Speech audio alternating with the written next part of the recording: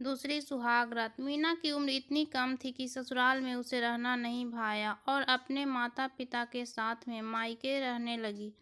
4 साल बीत गए। मीना जैसे ख्वाब देखना ही छोड़ दी। तभी अचानक विपुल नाम का लड़का मीना की जिंदगी में आया। विपुल नया नया मीना के मोहल्ले में रहने आया और मीना उसे पहले ही नजर में भा गई। विपुल एक बहुत ही समझदार और अच्छा लड़का था। मीना के पिता से विपुल ने खुलकर शादी की बात की और मीना के पिता ने तुरंत शादी की रजामंदी कर दी। यह जानकर कि मीना की दूसरी शादी है। मीना एक विधवा लड़की है। विपुल को इस बात से कोई ऐतराज नहीं था। राजी खुशी शादी की तैयारियां हुई और मीना की शादी विपुल से हो गई। नम आंखों से मीना ने अपने माता पिता से विदा ली। मीना और विपुल गाड़ी में सवार होकर अपने घर जाने लगे। देर शाम हो गई है। रास्ता काफी लंबा था।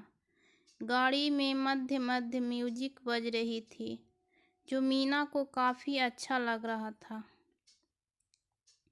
मीना की आंखें फिर से भी बोल के साथ सपना देखने लगी। उस रात एक नई जिंदगी की अचानक विपुल की गाड़ी रास्ते में खराब हो जाती है। मीना को बुरा महसूस होता है। मीना को छोड़कर विपुल गाड़ी से उतरता है और मीना से कहता है, तुम गाड़ी में ही रहना। रास्ता सुनसान था। आगे जाकर गाड़ी ठीक करने लगता है। तभी अचानक मीना जोर से चीखती है।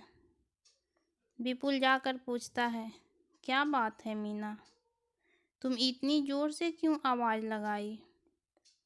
तो मीना ने कहा कि जैसे कोई मेरे बालों को पीछे से खींचा। विपुल ने कहा, नहीं, यह तुम्हारा भ्रम होगा। गाड़ी में तुम्हारा बाल फंस गया होगा। मीना को भी यही लगा कि शायद मेरे बाल गाड़ी में फंस गए होंगे। गाड़ी ठीक हो गई। मीना और विपुल आगे बढ़े। आगे जाकर एक जगह विपुल ने गाड़ी रोकी। वहाँ एक खूबसूरत सा बंगला था, लेकिन वह बंगला देखने में अजीब लग रहा था। इतना खूबसूरत बंगला और वहाँ रोशनी की बहुत कमी थी। विपुल ने कहा, यह मेरा बंगला है। कहो महीना कैसा लगा? मीना ने कहा, बहुत सुंदर है, पर रोशनी की बहुत कमी है। विपुल ने मुस्कुराकर मीना का हाथ पकड़ा और कहा, अब तुम आ गई हो ना, फिर रोशनी भी आ जाएगी। अब नहीं रहा जाता मुझसे जान। मीना ने कहा, ऐसा मत कहो, हम अंदर चलते हैं मीना। और विपुल मुस्कुराते हुए अंदर चले गए। अंदर सामानों से भरे हुए बहुत खूबसूरत खूबसूरत सामानों से भरा हुआ बंगला, लेकिन अजब सा सन्नाटा था। मीना को बहुत घबराहट हो रही थी। विपुल ने कहा, मेरे शरीर में बहुत दर्द हो रहा है मीना, तुम आज मेरे शरीर को दबाकर थकान दूर कर दो। लेकिन मीना ने कहा, नहीं, मैं आज बहुत ज़्यादा थक गई हूँ।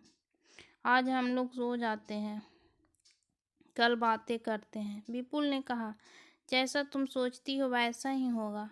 अगली सुबह मीना उठकर चाय बनाती है और विपुल को उठाकर चाय देती है और कहती है, उठ जाइए, सुबह हो गई है, चाय पीजिए और ऑफिस जाइए। विपुल चाय पीकर कहता है, चाय बहुत अच्छी बनी है मीना।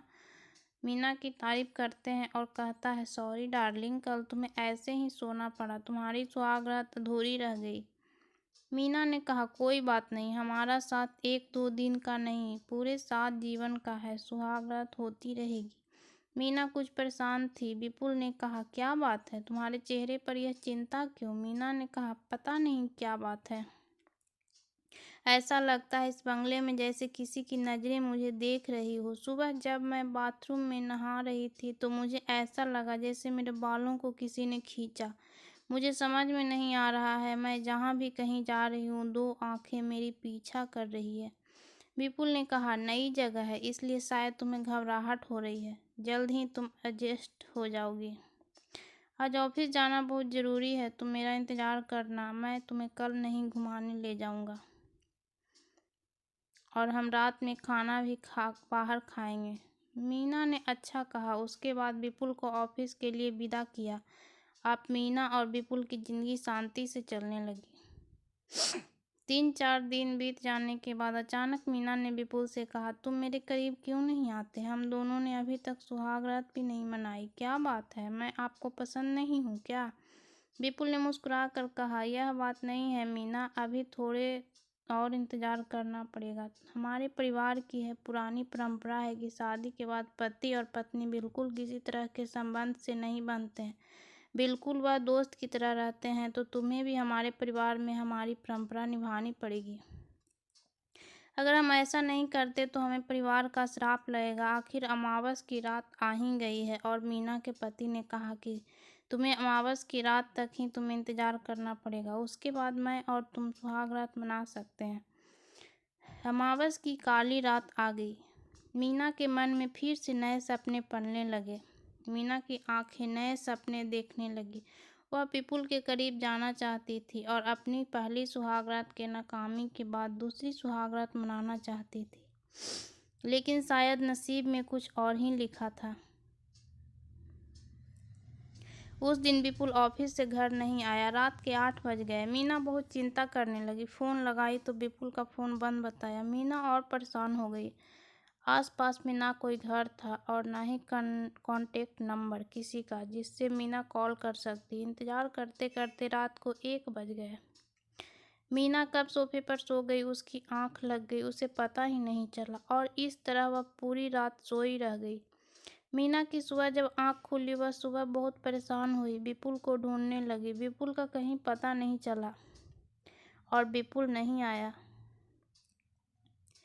मीना बहुत परेशान हो गई और 3 दिनों तक मीना विपुल का घर पर इंतजार करती रह गई। उसे यह बिल्कुल समझ में नहीं आया कि विपुल आखिर तो गया कहाँ। घर में एक बहुत बड़ा सा दरवाज़ा था जिसमें लाल कलर का ताला लगा हुआ था। विपुल ने कहा था, जब मैं घर पर ना रहूं तो इस ताला को खोल सकती हो, मैं रहूं तो कभी मत खोलना। मीना के मन में अजीब सा प्रश्न चल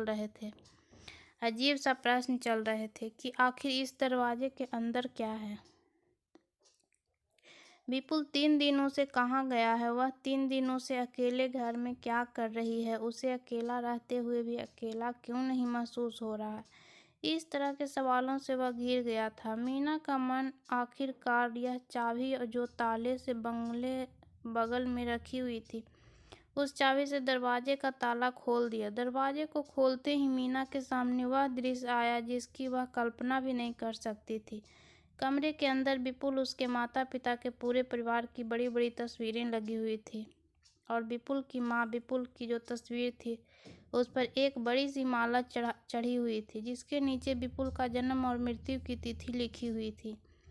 यह देखकर मीना अचंभित हो गई। अगर विपुल मर चुका है और विपुल की मरने की तिथि 4 साल पहले की थी, तो विपुल अगर 4 साल पहले मर चुका है तो ये कौन है जिसके साथ शादी करके इसके साथ 8 दिनों से रह रहा है?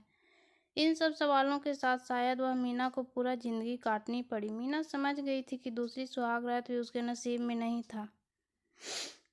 विपुल कोई इंसान नहीं, आत्मा था जिसे मीना बहुत ज़्यादा पसंद आ गई थी और उसके मीना की शादी करके अपनी कामना पूरी की। मीना बहुत खुश थी। एक कागजात के पेपर भी मिले उसे जिस पर वह पूरा बंगला मीना के नाम किए हुए था और बहुत पहले ही लिखी हुई थी, इस लड़की से मैं इस डेट पर शादी करूंगा। मीना समझ चुकी थी कि शायद यह बहुत अच्छी आत्मा थी जिससे शादी की, उसकी गरीबी दूर की। अब मीना के पास बहुत सारे पैसे और बंगला है, लेकिन पति नहीं था। मीना ने विपुल की तस्वीर के सामने कसम खाई कि वह कभी दूसरी शादी नहीं करेगी और तीसरी सुहागरात नहीं मनाएगी। यह दूसरी सुहागरात के साथ मीना अपनी पूरी जिंदगी विपुल के साथ विपुल की यादों में ही बिता देगी। तो दोस्तों ये कहानी कैसी लगी? अगर अच्छी लगी तो प्लीज़ मेरे चैनल को लाइक सब्सक्राइब ज़रूर कर दीजिएगा।